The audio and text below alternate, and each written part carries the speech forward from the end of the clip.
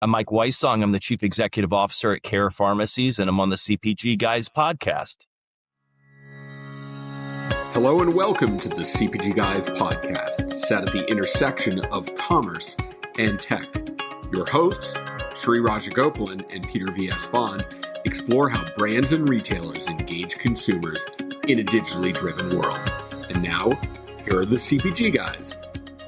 Hello and welcome to this incredibly special episode of the CPG Guys podcast. I'm Sri, your West Coast co-host and also CRO and co-founder at Think Blue Consulting, your trusted partner in your omnichannel journey, where you can get in touch with me at sri@thinkblueconsulting.co.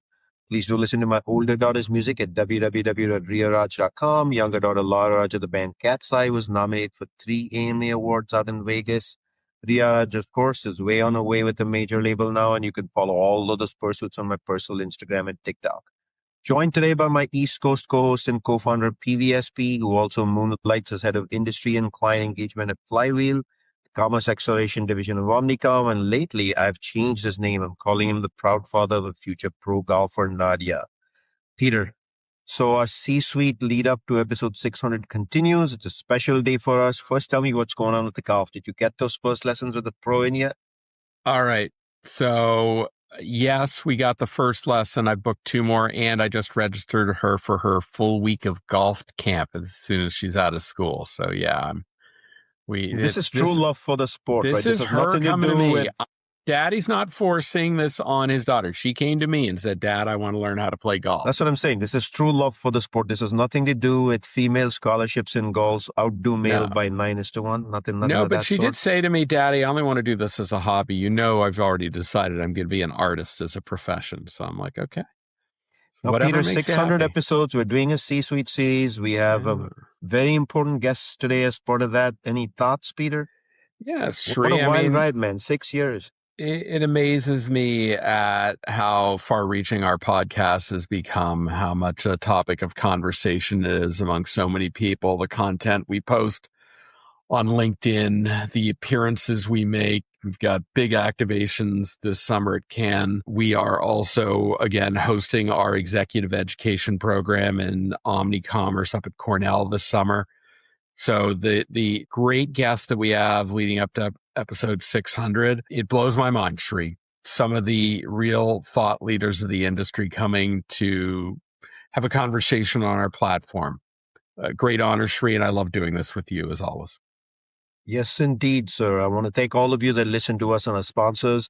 Without you, this podcast doesn't exist. In my wildest dreams, I don't think Peter and I imagined leaving corporate America and doing this. So here we are. Thank you. Make sure you are subscribing to our podcast on your preferred listening platform where you can get our latest episodes, go back and consume some of our 590 plus episodes we've already published.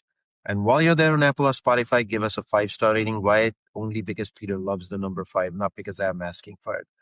Bottom line, it makes Help Our Podcast more findable by industry contemporaries are looking to be educated and entertained. And now for the magic moment, our special guest. If you've been paying attention to the retail and healthcare landscape lately, you know that the old way of measuring success is officially moving out the window. Between the explosion of omnichannel behavior, the rise of wellness commerce, the shift towards first-party data ecosystems, brands are finding themselves swimming in a sea of data but striving for actual operational alignment. To help us cut through the noise and find this signal, we thought we should get a true heavy hitter who's essentially building the blueprint for the future of the independent pharmacy networks. I really discussed this one with Peter. We really wanted to get into health and wellness, and we said, let's ask a CEO of a pharmacy network if they'd be willing to come on the podcast for this special series. He obliged. He's the CEO of CARE Pharmacies, a board member and past chair of none other than NACDS, the power player in the health and wellness space. So please do join me in welcoming to the CPG Guys, Mike Wysong. Welcome to the show. How you doing, man? I'm doing awesome. I appreciate both of you having me here with you today. So thank you for the honor.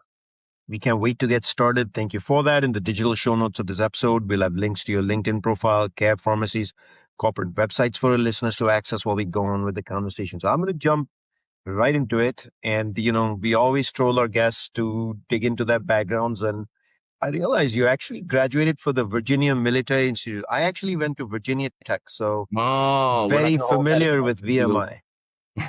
Yep, we had many of those VMI students come over to campus often.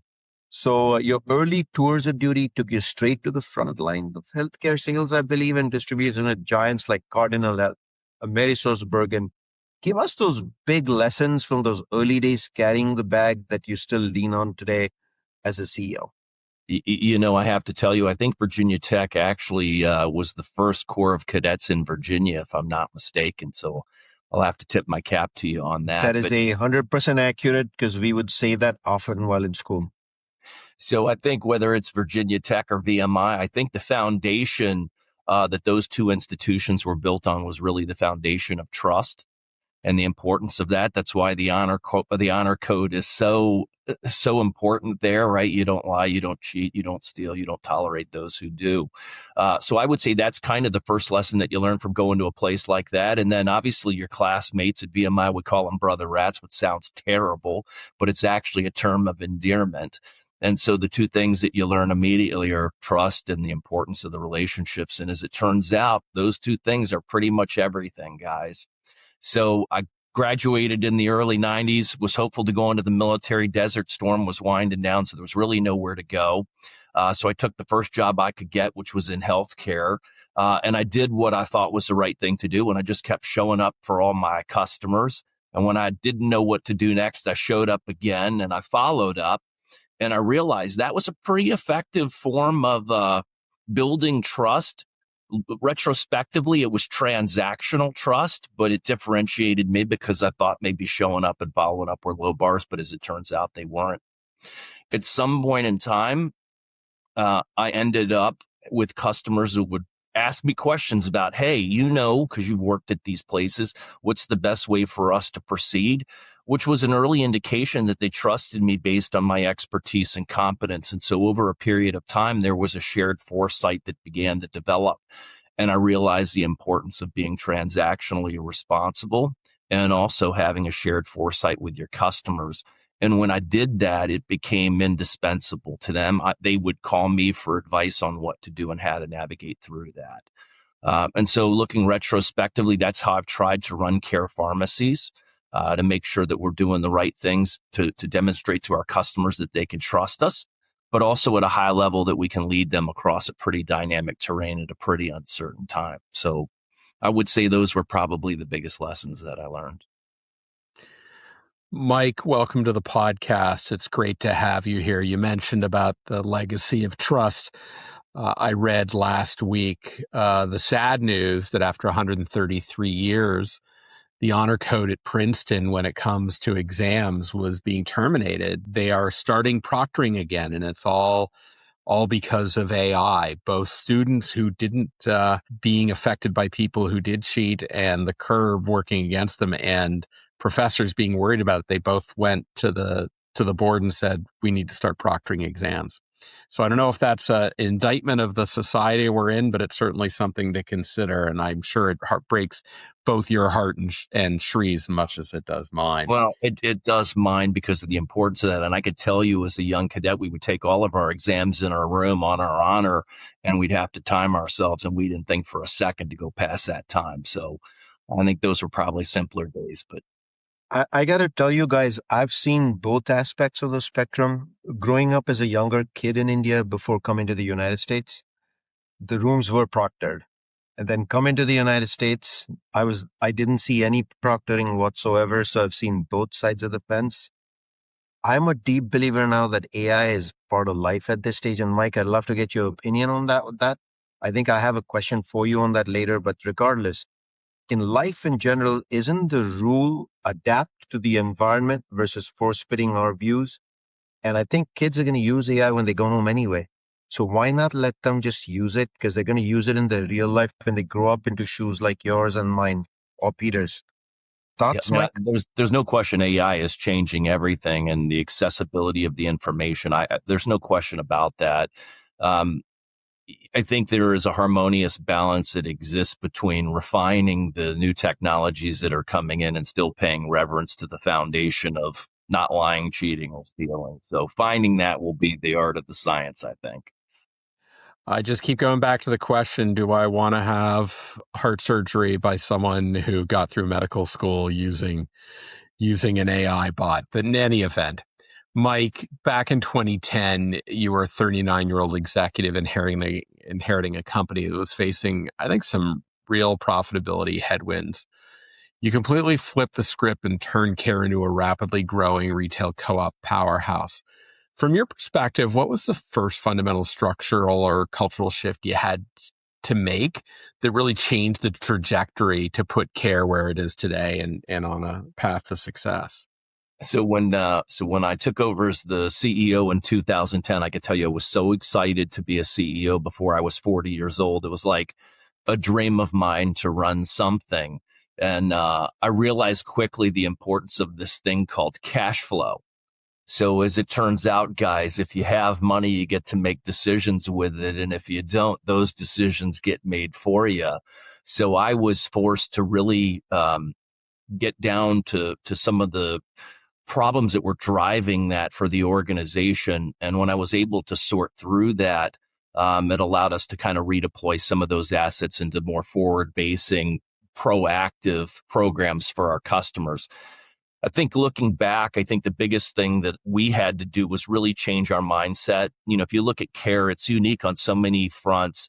It's structured as a drug chain deliberately, but really it was a retail buying group and kind of a loose affiliation of independent pharmacies.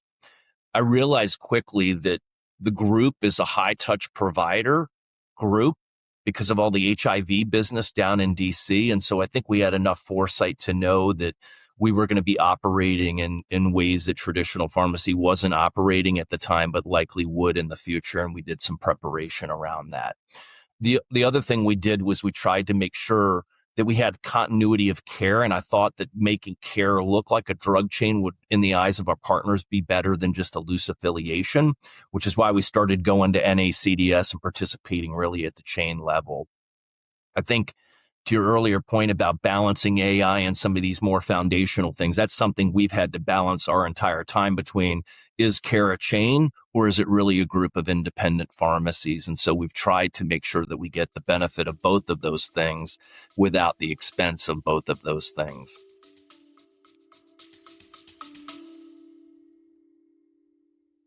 At the CPG Guys, we're excited to partner with today's sponsor, Confido.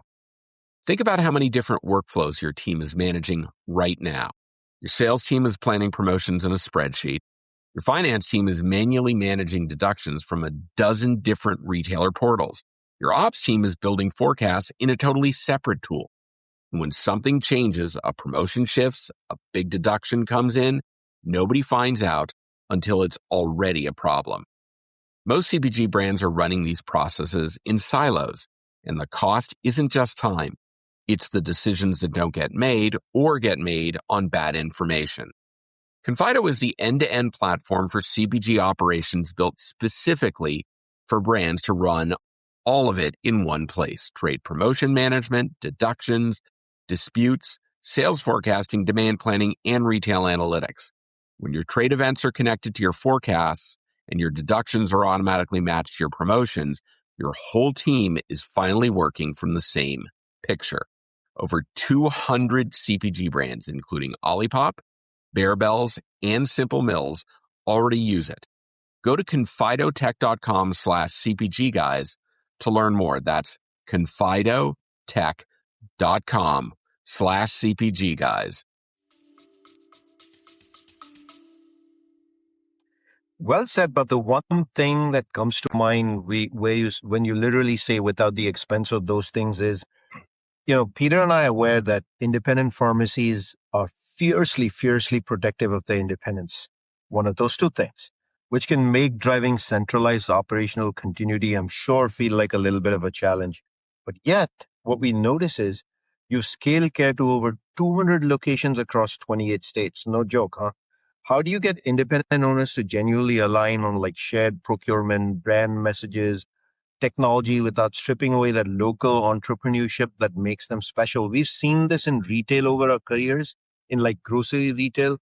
Are you applying the same blueprint? There's something else going on here. Our audience would love to hear your viewpoint.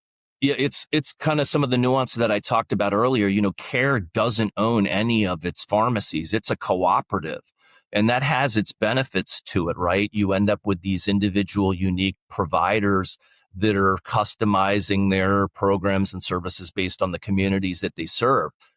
I love that. I think that is inherently the strength of CARE. The challenge with that is how do you bring that together into some scope of criticality in terms of scalability, right? And so the bottom line is we can't force that. And so I say the greatest form of leadership is getting people to come together in areas of critical need and then basically mentoring each other across that. It's almost a voluntary leadership type model. And we've been pretty good at figuring out where to standardize without over standardizing at the expense of the individual provider. I've been trying to figure out how to get Peter to volunteer to be mentored. Any suggestions? Well, he has to be open to the idea that you might say something intelligent to him, Raj. Well, that doesn't happen much, Mike. That's the issue. That's it in a box, Sri. So, Mike, I know that you are also founding member of the Buyer Alliance and Roundtable Sourcing to try and aggregate the purchasing power. What's interesting to me, and this became so evident in the wake of the pandemic, I looked at a lot of the retailers that were facing issues around allocation. And if you walked into the big box retailer, they had all the inventory, and the locals, well, they got what was left over, kind of the table scraps. So I guess my question is this: in an era where retail is fairly dominated by these big box giants, how does a cooperative structure create the necessary scale to let those community pharmacies win on price, among other things? I have to tell you, my Roundtable Sourcing or the Buyers Alliance story is one of my favorite stories, guys. Back when we got CARE kind of flipped around, I had a drug rep that had visited our corporate headquarters, and he was lost. And I went out to greet him and gave him a cup of coffee. His name was Mario Harris, and I'm sure Mario will probably listen. And at the end of it, Mario goes, "Hey, I'd like to ask if you'd like to be on our advisory board." I said, "That'd be great." He said, "We're going to have a consulting group come down and talk to you." So they did. And at the end of that, they were like, "Will you chair the advisory board?" And of course, I was excited at the possibility to do that. And while I was at my meeting, I sat next to one of the people from this company in Texas that I had never heard of. And I asked him, I said, "Well, what's HEB?" And he goes, "Well, this is HEB." And I had not heard of HEB. And he goes, "We're the largest employer in the state of Texas. And one of the largest privately held companies in the country." And he and I became good friends. And so the relationships that were formed in some of those early advisory board meetings are what led to the foundation of that. So it's kind of funny how that works. From a scalability perspective, again, CARE has in its core this high touch provision, which is great, but it lacks the scale. So when you're in that situation, like a regional chain or some of these hub-based provider models, the relationships that you form become critically important in terms of being able to scale that. One of the benefits for us was that, we don't have this huge governance structure. We can make decisions pretty quickly, which I think is great. So, we're very deliberate. We're very quick in terms of making those decisions. So again, I think a lot of the success of CARE has been around the partners that we've picked and chosen. The HEB and the Buyers Alliance are just one example of many of those. Understood pretty well, Mike, on that one. But I want to go back into now, when you work with independent pharmacies and you work with the industry, the HEB example is a great example, right? Like awareness when you're independent of the larger picture might not be that easy. It's probably because people work in their own silos. So let's discuss breaking down those industry silos, which I'm sure in pharma comes with this additional set of complexities, given you have to deal with many more middlemen than the grocery industry does, which Peter and I come from. You noted recently that the real growth opportunities lie in the gaps, exactly those middlemen areas. Payers, manufacturers, wholesalers, retail remains siloed. They got their own P&Ls to worry about. They're all worried about, executing against their own operational plans. From your seat, think of our life, Mike, CPGs, and you and I run into a lot of CPG conferences often, right? Like FMI, et cetera, NACDS. How can consumer product groups and OTC manufacturers better bridge those gaps to collaborate with a regional pharmacy layout like what you're doing as the leader? So I think our industry is so fragmented. You just mentioned a couple of them, the manufacturers, payers, the providers. We're in the middle of great change in terms of the provider models, looking at historically being more of a reactive dispensary to more of a proactive, comprehensive wellness provider. That is all taking place today. And I think if you're a CPG company or an emerging brand or product, there's a real opportunity to partner with groups like CARE or some of these more regionally based high touch providers. And I would say the folks that come to us that really are looking at more outcomes based opportunities. And to do that, I mentioned creating this transactional reliability, but the CPG companies that come to us with kind of that higher thought process in mind to try to make themselves indispensable in helping us close those gaps, those are the ones that we will typically, sign preferred partnerships with, or will spend more time trying to figure out how to improve the lives of the people that our stores are servicing. Because you're touching so many different stakeholders like the ones I named, you're probably touching others that we don't have awareness of. This can't be easy to bring them all to the table and figure this out. Like, what does your average day look like? Well, I mean, again, it depends on the stores. If you look at CARE, and it's one of the uniquenesses of CARE, and it's one of our strengths and our challenges. I hate to tell you, we are like the quintessential paradox theory, which are two things can be absolutely true at the same time. I mean, CARE comprises retail pharmacy, specialty light, mail order specialty, home infusion, rare orphan drug, long-term care, hospice. So you have all those classes of trade. You have to cater to that. So I would tell you the good news is that you have a comprehensive view of all of that. The downside to that is that you have to be very deliberate in catering to the individual needs of that. So I would say, an average day looks like making sure that we're very proactive in our connection with our customers, but also guiding the organization forward around the next models of care and making sure that the stores are properly positioned within it through some of the new technologies that are coming, through new partnerships. The sourcing pieces continue to be a huge portion of this because of the dollars involved in that, and some of the reimbursement challenges that continue to plague the industry.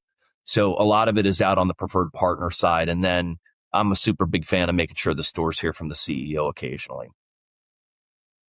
It's a nice. Can I follow up with one on that, Peter? So when you say you're a super big fan of hearing from the CEO occasionally, do you do that digitally? Do you all get together a couple of times a year? Like, how do you travel?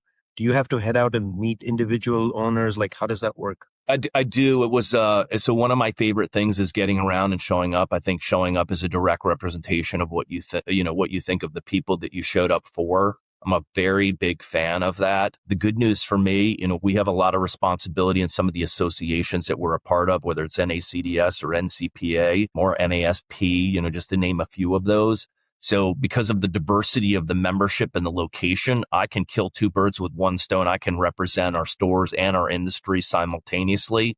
It kind of goes back to that speed and focus perspective. I have the luxury of that given the scale and size of CARE. So it's just making sure that we have a nice balance of representing the industry and the individual needs of the store as the models continue to change. But I tell people all the time, if you have ADD, man, pharmacy is the best place to be because it changes 1 minute to the next. No kidding. No kidding. So, Mike, in about a little over a decade ago, I ran loyalty and personalization for a certain pharmacy retailer based out of Rhode Island. I think you can put the pieces together. The front of store in a pharmacy has become a major battlefield, especially for consumers who are looking for more holistic health solutions, preventative wellness, and food as medicine in many cases. The thing that I found in my time is most of the attention went to the really big players. They just demanded a large percentage of the attention of the merchandising group. So I guess, from your perspective, if there are challenger brands, ones that are bringing some of these new innovative solutions to the table? What are the top criteria or data-backed insights that one of these emerging brands needs to bring to CARE to really help earn the shelf space over some of these legacy giants that are relying on, the sheer force of their distribution capabilities? Yeah, and there's a place for the sheer force of distribution and the big retailers. I think there's still going to be a place for those entities. That's all changing here, and you guys know that because you see it every day. But I think, from our perspective, you talked about food as medicine, nourishing change. I think those are proclamations that pharmacy is moving from this very reactive model to this more holistic, comprehensive, proactive. How do we head these things off before they begin, right? I mean, I went back and looked at some of the data trends from a decade ago in terms of the rate of diabetes, body mass index, insured versus uninsured. I mean, a lot of these trends have continued to be unsustainable, which means you're going to have to take pharmacy at some point and use it for the capability that it's best positioned to serve, and do it in a proactive way. So I think if you're an emerging brand trying to figure out how to validate that clinically for a potential customer or patient is a really great way to do that. I think there has to be some differentiation of the product, and to do that, in an authentic manner, not just in terms of claim, but be able to support that clinically for a group like CARE Pharmacies. And then I always go back to the way I started here, which is we also want partners that understand the nuances of our business, because we are heavily nuanced, and then can help us figure out, hey, here's where you are. You haven't even thought about where this is going to go. I often say I know I have a good partner when they start off with, hey, we think we have a terrible idea. Do you want to hear it?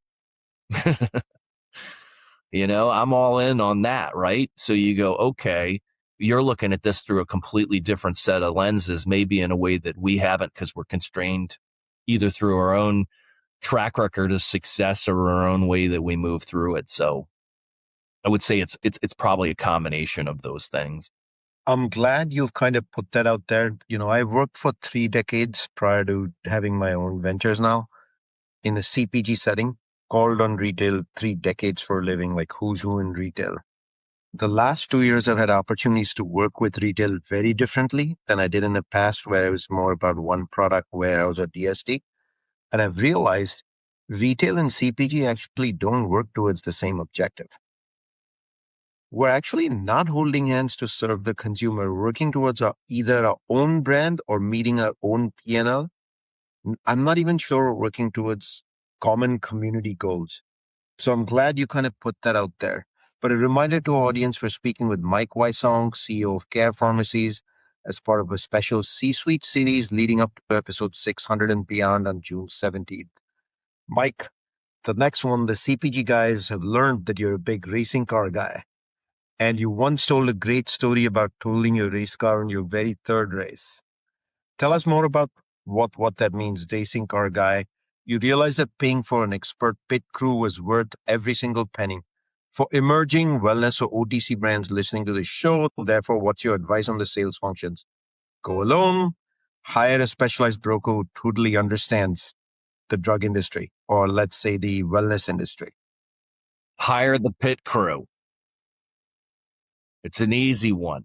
So I'll tell you what happened, because it's a really funny story. So I got into racing and I loved it. And I realized that I loved it because it's the fine line between being in control and out of control, right? You're super fast if you can find that line, and it's just further over for the people that are a little bit faster. So in my early days of racing, I had 2 great races right out of the gate, and I went, man, I can do this by myself. I don't have to spend the money on a pit crew, because I'm never going to run into anything because I'm so good. And on the 3rd race, I ran into something and realized quickly you don't need it until you need it. And I spent the night underneath the race car in the pits and did a terrible job repairing the car, and had a subpar performance the next day during the race because I was inadequately prepared. And so it was a really great lesson that you want to make sure that you partner with people that are best positioned to provide the guidance, especially when something goes wrong and help you get back on track so that you can get across the finish line. Mike, for the benefit of our listeners curious, especially the emerging health and wellness brands, which we have plenty of followers doing that, could you give a quick overview of when you hire the pick through the sales force, what can they expect in terms of ROI? Yeah, I mean, they'll tell you how to set the car up faster so that you don't have a lot of wasted motion or a lot of wasted movement, and time is money. And I would tell you, you know, when I hired the pit crew, they pointed out a bunch of things in my driving style that made me much better at it. When I had an issue, they were there to solve and fix it. So I think hiring brokers or folks that have been up and down the mountain from point A to point B 100 times, they're Sherpas. They'll help you not make a bunch of unnecessary, silly, costly mistakes. And in pharmacy, especially in specialty pharmacy, you can't do that. It's not sustainable. So you're better off surrounding yourself, like I said before, with people that are capable and competent, particularly in places that you're not, which is why I'm still an amateur road racer. I'm so sorry. I am really curious what race car you're driving these days. Well, I have a spec racer Ford, and it's still down in Georgia. But I love cars, my personal cars. I love fast things that are bright and sparkly and shiny and too low to the ground. All right. Well, Yeah. I'm an amateur podcaster. I'm hoping someday to get good at it, Mike. I figure after 600 episodes, it's about time I kind of pulled my own weight here and stop making Shri be the intellectual. But let's pivot to an area that I like, which is technology. Retail pharmacy really is facing a bit of a revolution right now around technology. I know that CARE recently overhauled your digital pharmacy marketplace. And when I think about how challenging it is for independents to keep up with very large, massive retailers that can invest, build, and amortize across thousands of stores, right? How are you helping independent pharmacies roll out pretty complex tech, health informatics, and AI tools without eroding the high-touch, hyperlocal intimacy that really has defined the community pharmacy that comprise CARE? It's a great question. So my short answer to that is we're trying to be extremely deliberate in how we do that. One of the challenges, we get so many calls a week because there's so much going on in the data informatics, the digital health space today, trying to sort through what it is and what it actually accomplishes is a Herculean task for us. And I say all the time, imagine pharmacy is single-handedly keeping the fax machine alive, right? And so when you look at health data and all the refinements that are coming through, we talked about them at the beginning of this show, it's changing the way we serve our customers. The question is it changing it in a good way? I think that pharmacy is intended to have an intimate interaction with the patient and to be able to spend as much time triaging some of these chronic disease states. I think the challenge and the trap here is that the redeployment aspect of technology could actually take the pharmacy and the provider farther away from the patient. And so from my perspective, that's what we're trying to do. We're trying to make sure that we're deliberate in whatever technology is rolled out is deliberate and allows our pharmacists to spend more quality time with the patients. Very true. We could not agree more with you. I'm going to jump from what we've been discussing so far, the complexity of doing what you do every day, working with so many stakeholders, into some macro trends and how it's impacting the industry. So we've heard that you've done some incredibly innovative work with the AARP around, and for the benefit of our listeners, that's American Association of Retired Professionals, around aging in place solutions. You know, suddenly I look at my own age. I may qualify to be an AARP member. I don't think You I do. may. I will. You do, Shri. You turn 50. Can you not You're age in. me, please? Can you not age you're me, in. please? But as baby boomers choose to remain in their homes longer, how does the role of the community pharmacy transform from a simple script dispensary into an essential connector of the home health ecosystem, which is what you were alluding to, have that relationship? if you need me to sign you up, the folks at AARP, I'm sure, are happy to have you as part of the crowd. So I had a funny thing that happened to me a couple of years ago. I ran into the folks from AARP at an NACDS meeting, and we started chatting. And I hate to admit this, but I didn't realize the health trends of people that are getting cared for at home. And it dawned on me that is the epitome of high touch care providing for folks that want to be cared for, but either can't afford it or they're not mobile. And you look at the trend on that, it is overwhelming. It is definitely an area of opportunity to improve the lives of the people that are receiving the care at home. I think about pharmacy and its role. I also think about specialty pharmacy as a specialty pharmacy provider. It's just the next version of what I think is specialty pharmacy.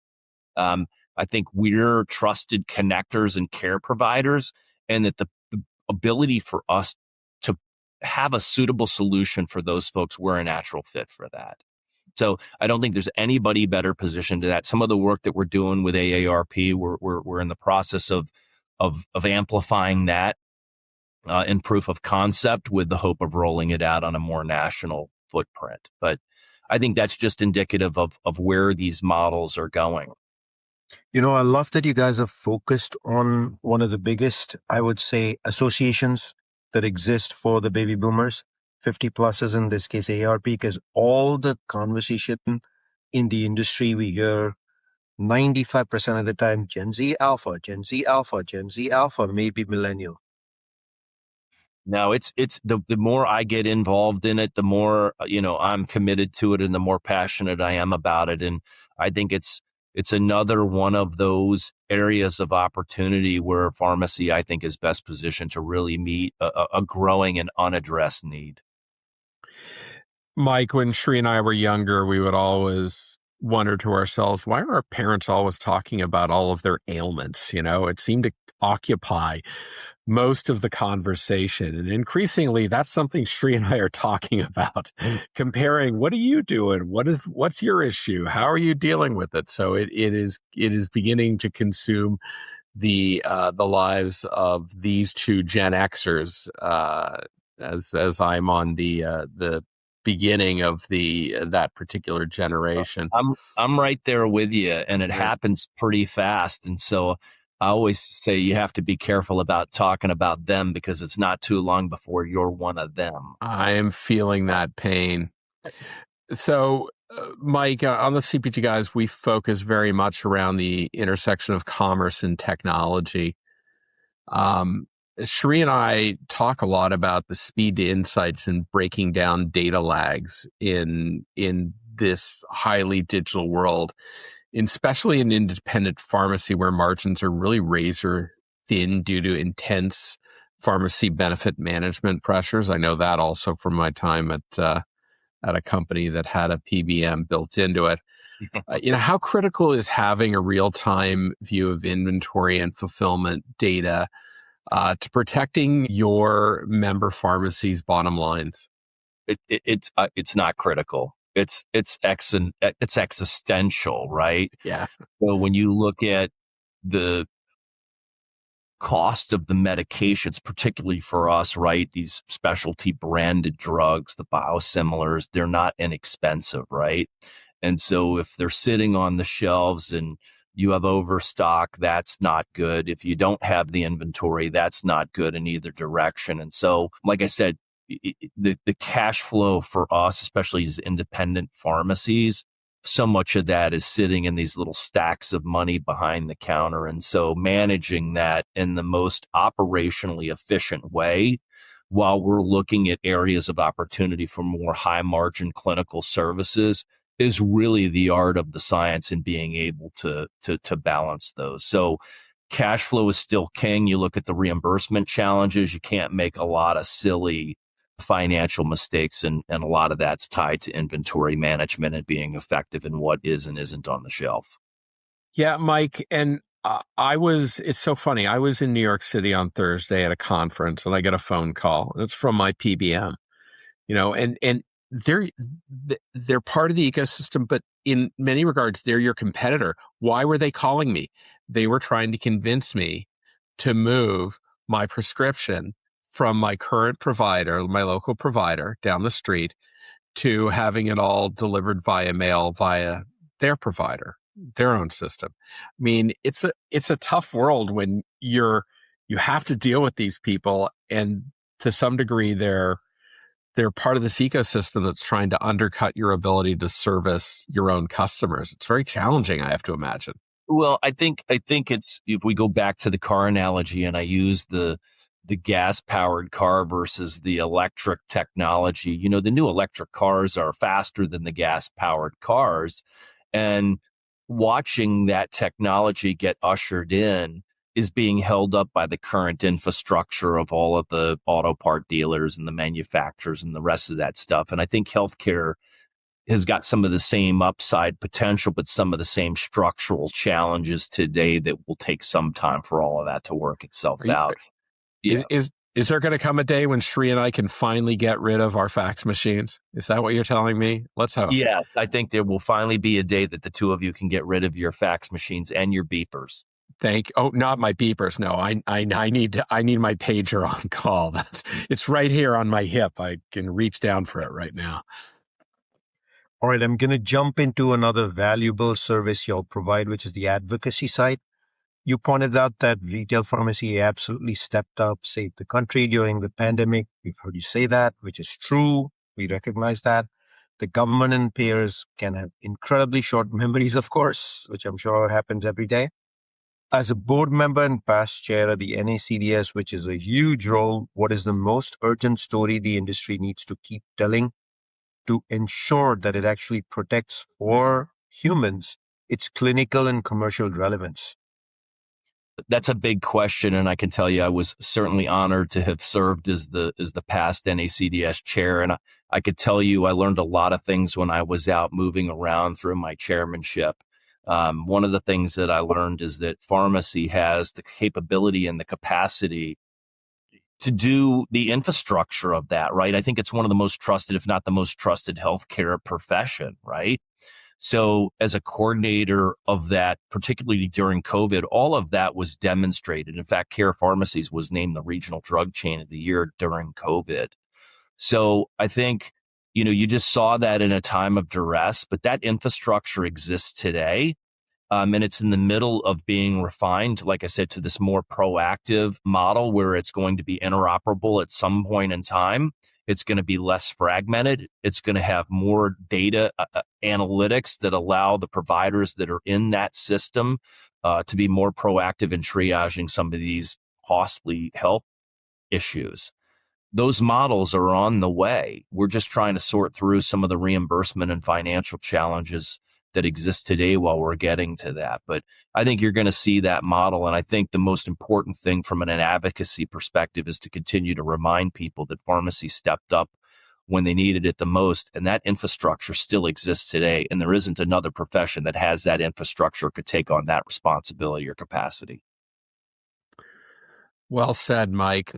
So let me close this out. We want to send our listeners home with some sage advice.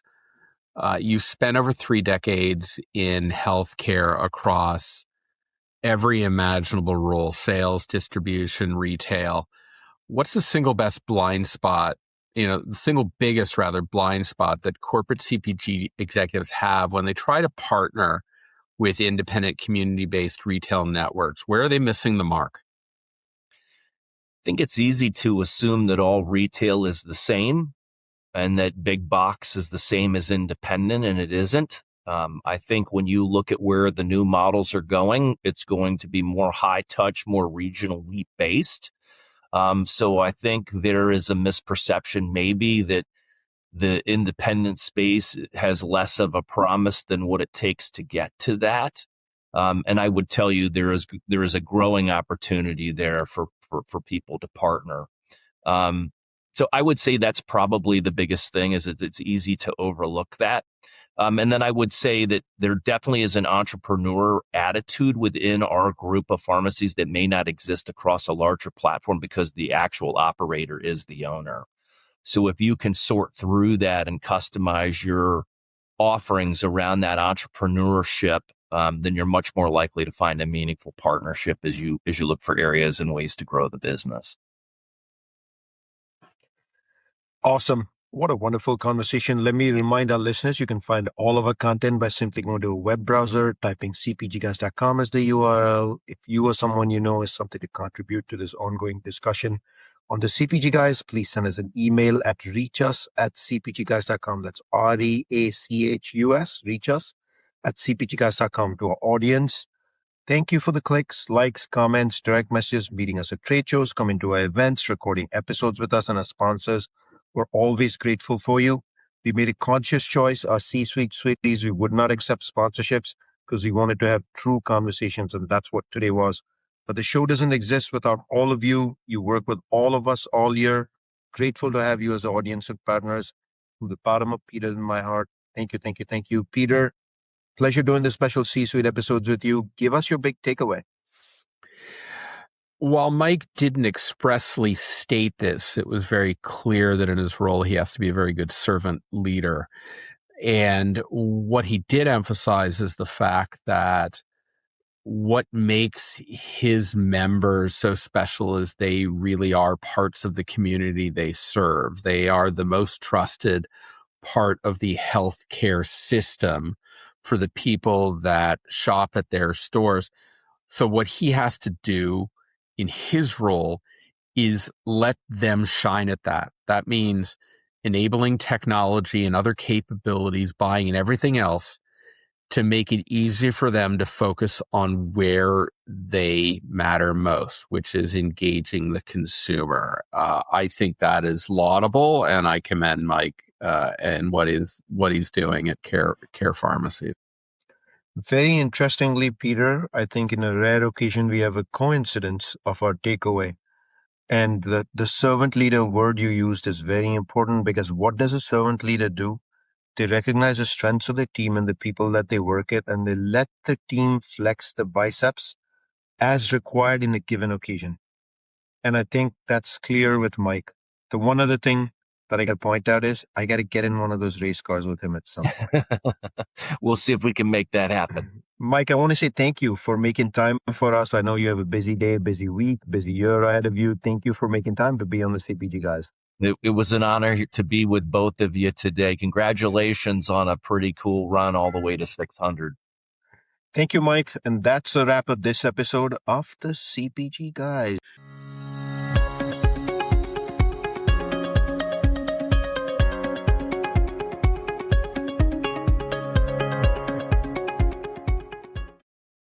The content in this podcast episode is provided for general informational purposes only. By listening to our episode, you understand that no information contained in this episode should be construed as advice from CPG Guys LLC or the individual author, hosts, or guests, nor is it intended to be a substitute for research on any subject matter.